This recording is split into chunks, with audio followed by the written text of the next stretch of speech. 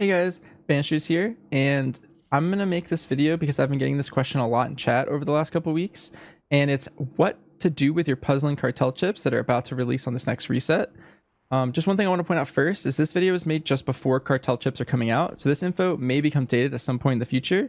If it ever does become dated at any point in the future, I'll pin a comment below, or you can also catch up on my Twitch chat at twitch.tv/Banshees to double check if any of that information is up to date. And so for some of you who may not know exactly what these are yet, you use 3 cartel chips to purchase any dungeon or raid item from a vendor. And you get these items from a quest that's going to show up in Dornegal. And it's going to tell you to do a combination of completing 4 dungeons or defeating 4 raid bosses. You'll get 3 chips on the reset of May 13th or the 14th, depending on where you are in the world. Every following week, that quest is going to give you 1 more chip until you have 9 chips total. And so that means you're going to be able to purchase 3 total items from this vendor. And this vendor is going to have a lot of things on it. And some of them are locked behind certain accomplishments. So doing absolutely nothing, just baseline, the vendor is going to give you mythic plus trinkets at hero track. And all raid weapons, trinkets, and very rare items are also going to be unlocked at hero track. And hero track's also being extended to be up to 672 max now instead of 665 max on this patch as well. And one of the things you can do to unlock more things on this vendor is you can now purchase myth track trinkets at 684 item level max by doing all keys at plus 12 or higher and timing them to unlock resilient keystones. The next thing you can do is defeating any mythic raid boss is going to unlock all of the weapons, trinkets, and very rare items from that specific boss at myth track. So let's say you kill mythic one-armed bandit, then you have access to mythic house of cards. And so I've kind of designated, there's 3 different archetypes of chatters that I get questions from. One is, this one's pretty small population base, but I think it is definitely an archetype that exists, and it's someone who doesn't do any keys above 12 and they don't mythic raid. So their options are just the base vendor. And what would I recommend to these kind of people? Well, first I would recommend the heroic Jaster Diamond. This ring has an extra effect that makes it better than any other ring at the same item level, and it's likely better than higher item level rings as well. So if you get a heroic Jaster Diamond on my sim, it's better than any myth track ring that I can get. So I would highly recommend this as your first purchase for this archetype of player. And then the other purchase I would recommend is a heroic house of cards. This trinket is really well budgeted and strong because it syncs with every true shot. Your dark ranger true shot's like around 130. And your sentinel true shot is a little bit faster, but you'll still want to sync your house of cards in this true shot. It's going to be really powerful to always have a strong true shot. You can run Signet of the Priory instead at equal item level, and it's potentially around the same sim number for sentinel. However, in practice, it's nice to have always a strong true shot, quote unquote, because if you run the Signet of the Priory, what's going to happen is every other true shot is going to desync with your trinket. And so every other true shot is a strong true shot with Priory, and then every other is a weak one, which without a trinket proc. House of Cards makes it so all of them are strong true shots, which is very nice for just, in general doing dungeons. You're always going to have strength there. And your third purchase in this case is going to be very marginal. It's kind of up to you. I couldn't find an item that I thought would be extremely valuable at this item level because anything that you can farm on hero track from the raid or from dungeons is a good option there. But also there's myth track vault items that could also just be better here. And so these are the only 2 items I would strongly recommend for these kind of players. The second type of player is someone who only does keys. They're going to get the 12 achievement or they already have it, but they never will mythic raid, and there's no way that they'll ever mythic raid. And so their purchases are going to be made knowing that they'll never get the mythic unlocks in the raid. So one thing to note is I would also sim these options for your character. I'm ordering it based off of my own sims here. And the first thing I would purchase is the Mythic Improvised Sephorium Pacemaker. This is a BIS trinket for all 3 specs of Hunter and all of our hero talents. Every iteration of Hunter that you can think of loves crit, and this trinket just gives us so much crit. The next trinket that I would recommend is a Mythic Signet of the Priory. So as I mentioned earlier, if they're both hero track, I prefer House of Cards, but if there's a large item level discrepancy, such as a Mythic Signet versus a hero track House of Cards, I will prefer a Mythic Signet for Sentinel, but I'll still probably use the heroic House of Cards for Dark Ranger in specific. And most of my keys are done as Sentinel, and so I still recommend Mythic Signet of the Priory if you're playing Sentinel. If you're someone in chat that prefers specifically only Dark Ranger, there are a lot of you, then you don't need to purchase a Signet of the Priory, and you probably would just use the Heroic House of Cards instead. And then the other thing I would mention is you want to buy a Heroic Jaster Diamond still for this type of player, because it's still better than any myth ring that you can get. And it's unlikely that you win one by spamming Galliwix every week on Heroic, because everyone in the raid probably also needs it. And so the chances of you getting a very rare ring is just very low.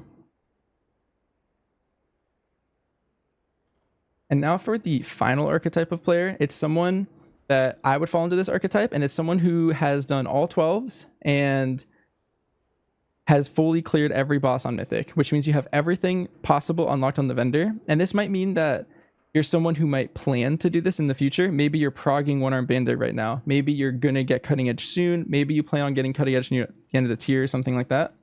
This is this type of player. And so with everything unlocked, and again, just a reminder, sim this as well for your character. I'm ordering the spaces off of my own sim, and my own preferences are coming into play here.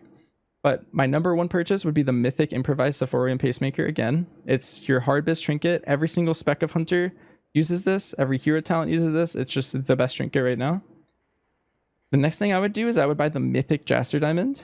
So this ring, has the extra effect. It makes it way better than things at its own item level and even higher item levelings in general. So it's just the best thing you can possibly get past the Pacemaker.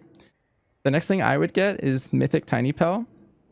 This is an interesting weapon. So on pure single target, so like bosses, it's going to do about 1% more single target than any other weapon at the same item level.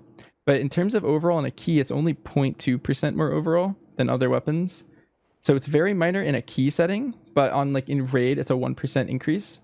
And that's very powerful. The next thing I would purchase is a Mythic House of Cards. And you might be thinking, I only have 3 purchases that I can do, so why are there so many listed here? Well, some of it is because some people in this category may have already gotten some of these items. Maybe on your first Mugsy kill, you got Tiny Pal. Maybe on your first vault or something, or maybe some vault in the past, you got a Pacemaker, so you get to skip that step, right? And so, for example, in my character right now, I've already looted a House of Cards and a Tiny Pal, so I'm short-circuiting this list, and I'm going to jump to the Pacemaker, because I have a heroic one. I also have a normal Jaster Diamond, so that's going to be my next purchase in order like that. But back to the list. So we have a Mythic House of Cards here. That would be the next thing I would purchase. It's hard bis for Dark Ranger. And if it's the same item level as Mythic Signet of the Priory, I prefer House of Cards over Signet of the Priory, just because it syncs with every true shot. And I value having a stronger true shot over having the alternating powerful, weak, powerful, weak. It could depend on the dungeon, one being better than the other, but I just find the value of having the stronger true shot every time being way more powerful for me. The next thing that I would recommend is a Mythic Eye of Kazan. This is more oriented for people who want to buy a raid option.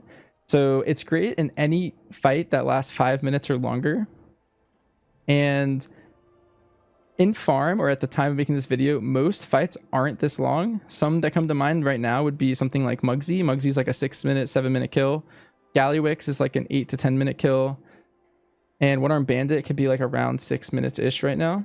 But early in prog, bosses usually take a long time to kill. For example, our first Vexy kill for my guild was 7:30 on week 1. Cauldron was 8:16. Rick Reverb was 6:55, and so on.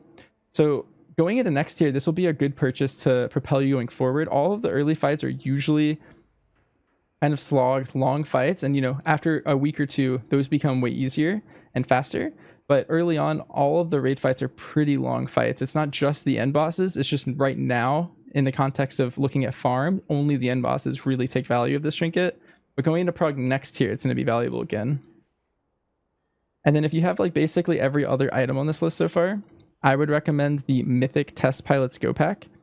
This is the least valuable item on this list, but it does still have a lot of value. It's a Haste Mastery Cloak that gives you a 1 second 100% speed increase, which can actually be a tangible DPS increase. It lets you greed more cast, knowing that you can escape danger faster.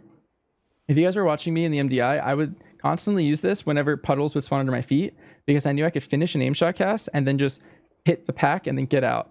Sometimes I'll be casting in something and I know, oh, I have disengage up. I can just disengage at the end of this and I'll be completely safe. I'll cheat it at the end of it, and it just adds another thing to just skip to get out of things. So that can be a DPS increase just on its own. Sometimes it's just a little bit nicer on timers of dungeons. Like in Theater of Pain, there's a lot of running around, going between the wings. Just clicking this, speeds you up a little bit and get there just a little bit faster. Anyway, so that's basically this whole video. I just wanted to like walk you through my thought process of what I am looking for from this vendor and what I'm thinking of would be best for you guys. Anyway, thanks for watching, and I'll catch you guys in another one.